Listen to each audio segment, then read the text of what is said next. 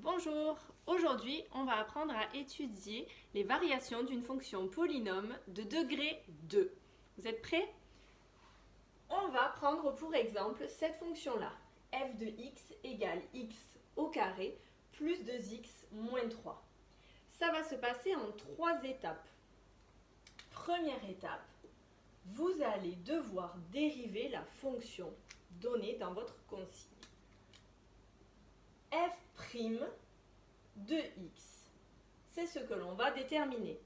Alors, petite formule que vous devez savoir à ce stade de l'année, la dérivée de x au carré, c'est 2x.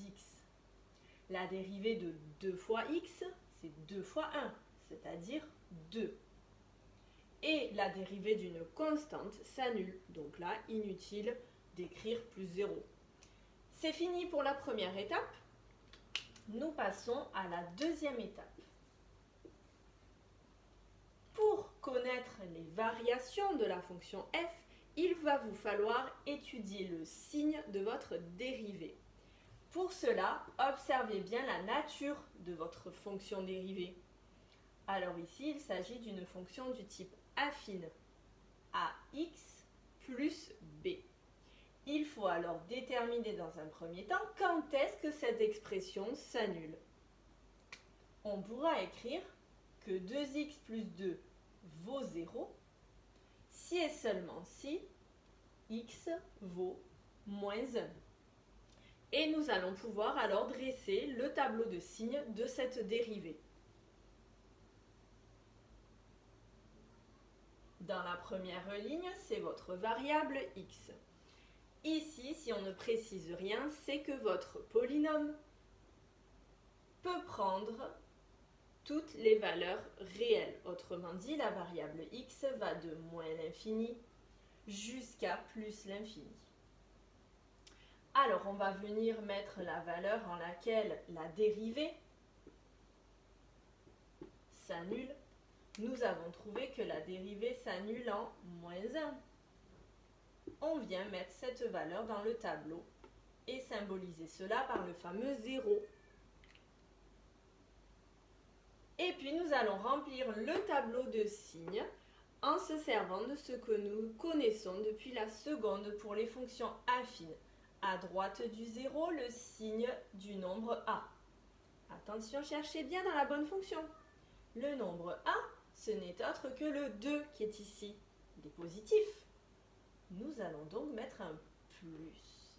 Et à gauche du 0, vous allez mettre le signe opposé, c'est-à-dire un moins. Voilà pour le rappel.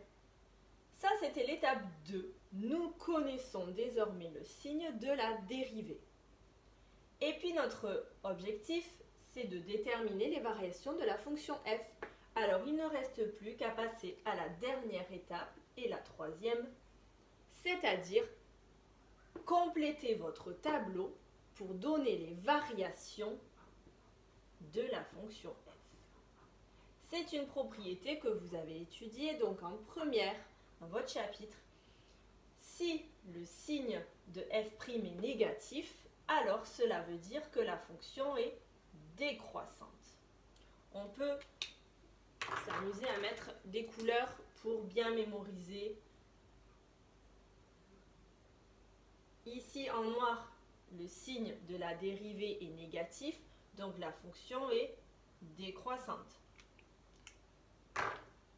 Ici, on avait trouvé que f' avait pour signe plus, c'est-à-dire f' est positif.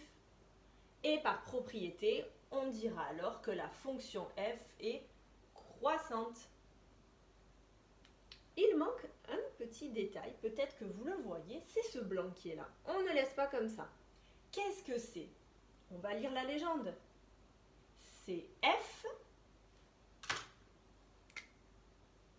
de qui? De moins 1. Autrement dit, c'est l'image de moins 1 par la fonction f. Alors, comment trouver cette valeur? Soit vous allez dans l'expression donnée en consigne et vous remplacez tous les x par moins 1, soit vous allez dans la table de valeurs et vous donnez le résultat, la valeur exacte. Voilà ce qu'on appelle le tableau de variation de la fonction f. C'est cette partie-là.